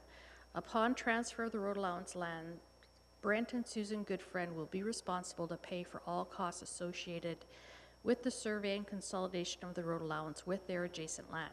So that was the September 20th one. It was worded slightly differently at the October meeting so that it didn't say specifically Brent and Susan Goodfriend would pay. It was referring to them sharing costs with the EID to pay for costs associated with the subdivision and the survey costs, okay? I'm hoping Ariana can find the actual wording because that's kind of what's at issue right now. So in the meantime, I can give you a little bit of an update. The information was discussed then by the EID staff, Nathan Fontaine, and Susan and Brent Goodfriend. It was taken to EID board meeting. The EID determined that they were okay with it so long as the cost to them was zero. So basically pushing it back to the Goodfriends saying, yeah, we're fine with this, but you pay for it. So the costs for the project, Susan Goodfriend got an estimate from one of the surveyors. So their estimated cost for the project was $6,450. Then added to that, if they did subdivision, would be another 2,800, and then another 600 approximately for land titles fees. So the total cost would be just under 10,000, 9,850 for land titles and subdivision fees complete. So that's approximate, right? Without the subdivision, then it would be the 6,450 and about 600, so 7,000-ish without the subdivision. So what I would like clarified is the direction from council in terms of who is paying for what. So my understanding is that the transfer to Good Friends, because of the historical information and issues, the transfer was going to be at no cost to them. So it's $1 basically is how the land transfer. The subdivision part of it was separate from the road closure. We can do the road closure without the subdivision. So the subdivision was their request. We can go ahead with that without subdividing, and then in the future, if the EID and Good Friends decide that they will swap lands, they do it at their own expense, at their own time, however that's going to work. So from staff's perspective, it's the road closure and transfer and consolidation that's important. And so our thought is, or my thought is, that this is very similar to the Takeda transfer, where there was a swap with the road and it wasn't completed, and so that part was transferred for $1, but the consolidation and survey is at their cost. And so Takeda's have agreed to pay that cost, and it's going forward. So to me, that's similar to this one. So I just want to clarify what the direction is from council and how you want me to proceed with this. So wasn't that clear on September 20th? Maybe. There's no actual motion on September 20th. So December 6th, I think I tracked it down to. Bear with me. And I don't think it should be any different than any other thing that we've been doing with swaps of land. Tracy? So is there some concern, or why are we looking at this, or you're in the process of finalizing this, or sort of give me an update on why we're questioning what we voted on, or? Okay. If I could request Clarence to answer that? Well, the motion says at no cost. The transfer will go at no cost. And then we talked on, I guess it was December 6th, and made it very clear that as soon as the EID was involved, that is something that we were never involved with, and therefore those types of costs would be part of however they negotiated with the EID. But when I look at something that happened in 1950, and that's the main difference here with what we're talking about as far as Takeda is concerned. I think these people have thought that that was their land for forever, since that time. And if you go today and we do a transfer of land to build a road somewhere else on that person's land, I would think very most likely, and everything is always most likely, the negotiation would be, okay, we take that, you take that, and because we wanted the road there, it was at our initiative. And I'm pretty sure that if it would mean consolidation at the end of the day, the municipality would have probably paid it. So you look at people coming in here and saying, well, this land has always been ours, and we think it's been swapped, and we understand now that there was no question at all on our part that we would honor the price of the land. There was no question at all. And I'm not too sure who says that we have to consolidate it. So if we don't have to consolidate it, leave it as is, separate piece, separate title, I'm sure they don't care either. But if we want to if we are saying consolidate it, now we're putting an extra cost to them. So I'm not sure that's what I understood we should be doing. Now that's kind of my elementary way of thinking on it. So Alice, if I'm wrong, tell me. I think it's interpretation, and that's how you interpreted that. I can answer the consolidation idea. So that's part of policy, our road closure, road allowance closure and sale or lease. And as part of that policy, the requirement is for consolidation. The reason for that is that if you have a road allowance, this long, narrow road allowance, it doesn't provide a buildable site. So someone could then come in and say, I want to put a house on this road allowance. And if they wanted to push it, I mean, you could probably put a very small house on that very long, narrow piece of land, but is it a good idea?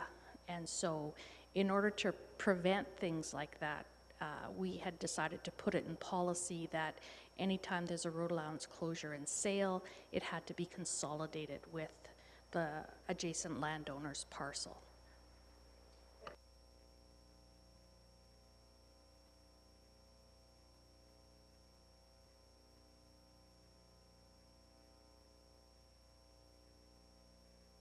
So, if I may, Madam Chair. So if a municipality has that, and we do have that policy, with that swap, we then have forced them to consolidate. Now, who should pay for the consolidation? Is that not part of the cost of swapping lands? Should the landowner be responsible for that there? I'm saying probably not. But so that's the way I thought about it. But I'll live with the decision. There's never been anything happen. I mean, they initiated all this, right? No? We did? We initiated the road closure part of it. So this all comes back again to a pivot crossing a road allowance. Right. So what I initiated with them was the road closure and sale or lease. What they added was the land swap because of where they had a fence line set up that worked better for them and worked better for the EID. So the land swap part of those fenced parcels, that's the part I'm talking about, that was at their initiative. The road closure was my initiative. The original land swap from 1950 whatever was at whatever council was here at the time. So it is a very convoluted kind of history with this. And I just want to clarify so that when I'm moving forward with this, it's very clear what council's direction is.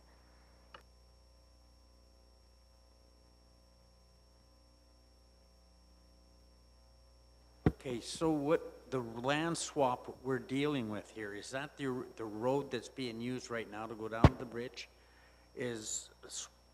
So we're assuming that they didn't get paid for that land when that road was put in down to the bridge. Because they don't know either, because they didn't own it at the time. This is going back, way back. Well, this was where I found the agreement for acquisition of land, remember? And Kevin found it then in the record saying that an amount was given, and so we were making the assumption that it had been paid for and that yet the land hadn't been fully transferred, and that's why the transfer was going to be for $1, because council decided that, yeah, it was probably already paid for. Does that make any more sense?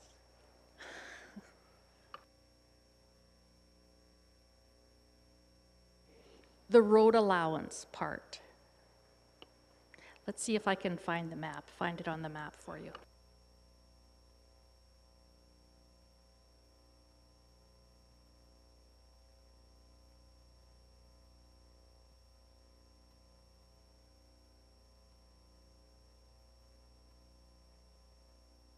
That's the assumption we're making, correct?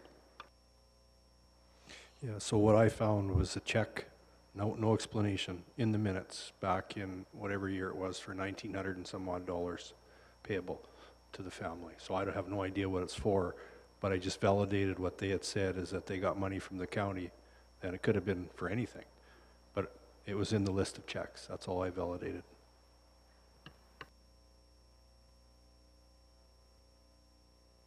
So if I may, Ariana has found the motion, if you'd like to hear it. I emailed it to everybody just in case you wanted to follow along. So it's motion 375/18, moved by Councillor Phillipson, that we proceed with the process for closing and transferring the road allowances at Northwest 311313 west of the 4th and Southwest 61413 at no cost to the applicant. And further, that the applicants, in partnership with the EID, will be responsible for acquiring survey services and for covering all costs associated with the survey, subdivision, and consolidation requirements associated with this road closure. And further, that the county will have no involvement in dividing or managing survey and all associated subdivision costs between the applicant and the Eastern Irrigation District.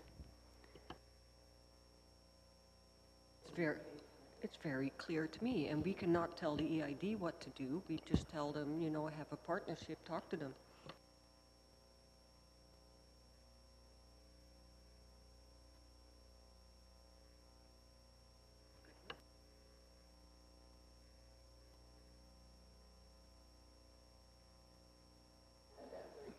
And my point is, it has nothing to do with there's no argument there with the EID. The motion does say at no cost, and what I'm saying is, does that mean when we do it at no cost, it should be no cost, or should it be consolidation costs come after? That's the crux.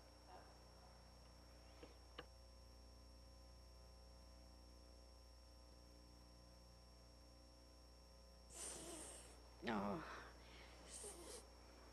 So can we not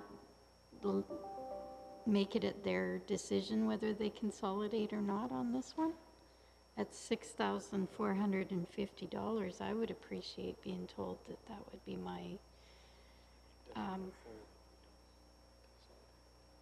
yes, it does, it can. It's our policy. We can make our policy say what we want it to say.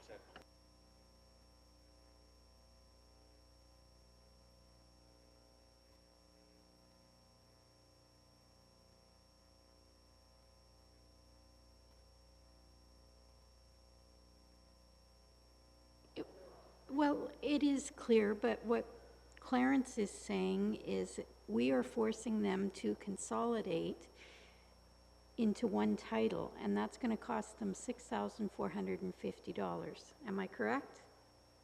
Yes, about that.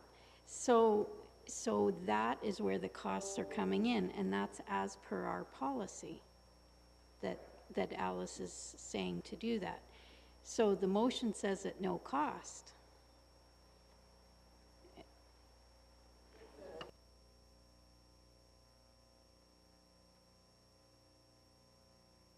Okay, but our policy is that they must subdivide, so there is a cost. How does the EID get involved in the subdivision then? Like that's... Hey, I'll zoom in here a little bit. On the map, you can see this white line right here? That's a fence line. So this fence line goes there and then down to the river. And so they want to swap this little triangle right in here for this little triangle right in here. And in order to do that, a subdivision is needed because they have to subdivide those parcels, swap them, and then consolidate. Their choice. Yeah, and because a pivot is cutting in there? That has nothing to do with the pivot. No? So it's just a whim? It's something apparently they've wanted to do for a while. Okay. And it was just connected with this road closure because it seemed like a convenient time to do it. Oh, so it's a choice then. Anne-Marie? If we make the comparison with taquitas, how much is it going to cost them to do the closure and sale and swap?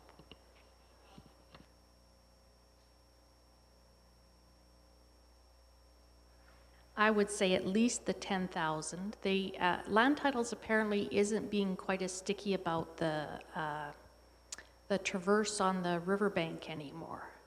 So when I think about how much they have to consolidate, they have more to consolidate, but drawing the plan, I think, is going to cost about the same, because once you start drawing it, I mean, it's time, right, in drawing it.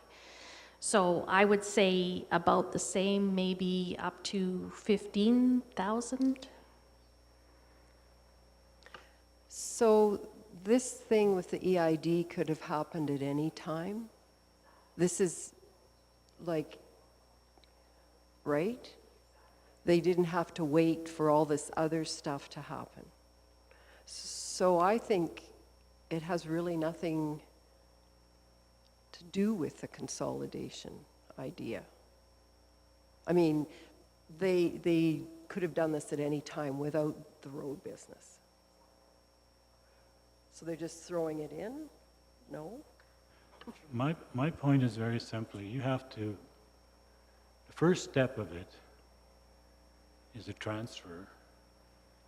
And because we are now formally recognizing that the transfer happened way back when, and in today's world, when we put that transfer in, and before that is triggering the consolidation costs. Now, who should pay for that? What they do with the EID is afterwards, and has nothing to do with us. Okay. It's the next step. It's the first step. They have to have the land rights before they can do anything with the EID. And they wanted to do it because I guess the terrain is in such a way that they can't build a fence down there. So that's what that's about. But that has nothing to do. That's not what I was questioning. It's just the simple fact that with the process for closing and transferring the load of the road allowances at those 2 quarters at no cost to the applicant. And when we do that, we immediately trigger consolidation costs for them. Who should pay that? And I, to me, when that discussion took place, I didn't think that they should be paying for it, but that's just one person's opinion. Tracy and Kelly? Of course, the conversation we had with them was quite a while ago, but in my recollection of it was that at the no cost was the cost for the land swap that had to do with us and the road closure. And that was all fine and acceptable, and they wanted to proceed with the consolidation, and we're quite happy to cover the cost for that, like they had said that day. So to me, when I read this, I think it's clear that we've followed, and I don't know, that there's really nothing. I think it's clear, but I think we've covered our end of it, and that they were willing to pay for the other expenses of consolidation and subdivision that are from history, that it was the county wouldn't charge them for selling the land. Kelly? And just to carry that forward and put a little strength behind it, that's our policy, is consolidation when we sell land. So if we were to change that, then we would have a lineup of people behind them who would be looking for their consolidation fees paid, I think. including the most recent being the taquitos. Wayne? We could avoid it, we just lease it to them, then there's no cost there. But then, that would be a road allowance that eventually somebody could use, but we've done the leasing lots, and there's no consolidation costs involved in that. They just have to pay, what, a couple $100 every 10 years or something like that? So,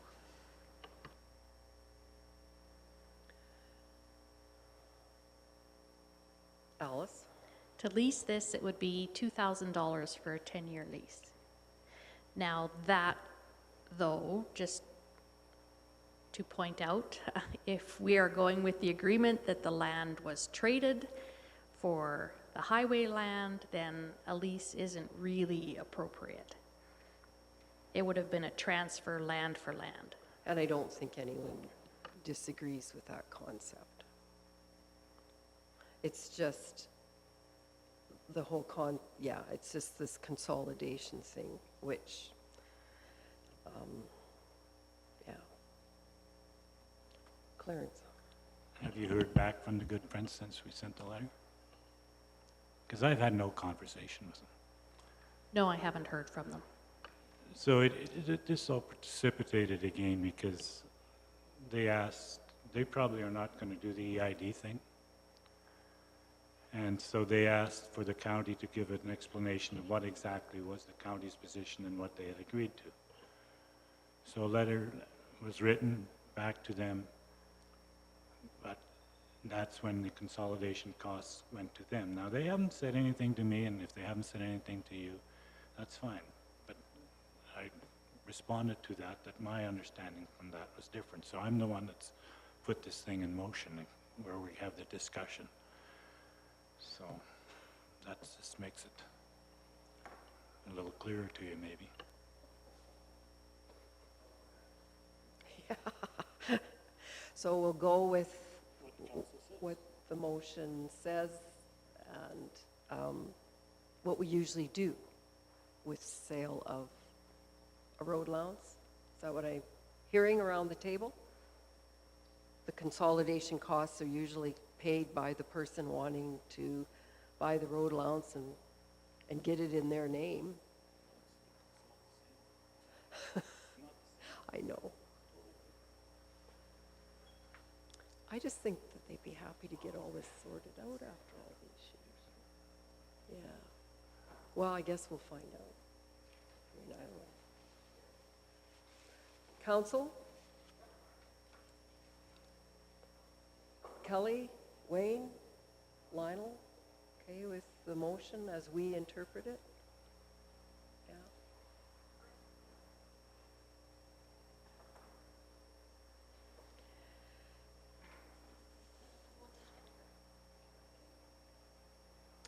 All right, the other item for post agenda was in camera. So we'll go back to our agenda. And did everyone get the latest info on regionalization, the third media release? There was no new release, really? Right. Yeah. It just came yesterday, maybe? Got that? Okay. And what about all the other information that's been flying around? Did everybody get the stuff that's going to be out at the meetings, the open houses, that's been prepared for that stuff? Yeah, okay. Because, you know, there's so many different moving pieces on this regionalization, people taking turns doing stuff that it's a communication disaster waiting to happen. But I think people have been working hard to make sure that everything is getting out there. But if there's something that isn't, don't be afraid to ask about it. Ellen? Now, this could have easily been my mistake. There was the question part of the PDF and a booklet as well. And then there was another one that people could write down their concerns. And somehow or another that disappeared on my computer, that one. We got 3 attachments, didn't we, Kevin, that you sent us on Tuesday? Oh, is it? Oh, that's all it was. So because it did, the comment sheet, yeah. That was a comment sheet. Because I disappeared on my computer for some reason. Anything else that people need for that? But no, I know it's, everybody's just trying to do their best, but there's just things that happen when others get assigned, and like the Bazzano Times didn't get the information because, to begin with, because the City of Brooks media release addresses were used, which was a great idea, you know. But the town of Bazzano wasn't on there, so, or Bazzano Times, not the town, Bazzano Times. So things like that, we just have to be really careful. No one's fault, no one's being blamed. It's just a lot of people working in the same direction. Minibus monthly report, financial information. Any questions about why we have to eat carrot cake right now? Molly, just on the minibus report. Oh, yes. Interesting tidbit of information. Yesterday was the second trip of the pilot project to Medicine Hat. And Anne drove that trip. There were 7 passengers that she took in. Only 6 of them came back. One of them stayed in Medicine Hat to have a baby. Oh, that lady. It was one of the high-risk pregnancy mothers that was going in with her mothers, or with 2 of her children, Yes. with her for a checkup. Like After the morning checkup, she went shopping, called Anne, "You better come and get me. Take me to the hospital." Wow, that's exciting. So, yeah, Anne, oh yeah, everything's okay. The baby was, they dropped her off at the hospital at noon. The 2 children jumped on the van and came back, and the baby was born at 3 o'clock in the afternoon. And all the people in the van looked after the kids and got them back home Yeah. to. Fortunately for Anne, Dad, I she said, hope. it turns out that one of the other riders on the bus was a midwife from England.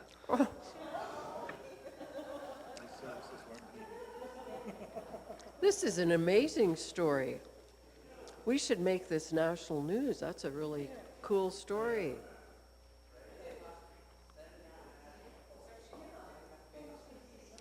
That is an awesome story of community involvement and support.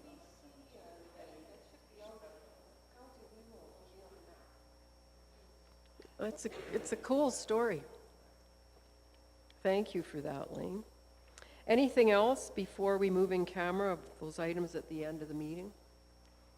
All right, let's get a motion to move in camera, please. Ellen moves us. All in favor? Opposed?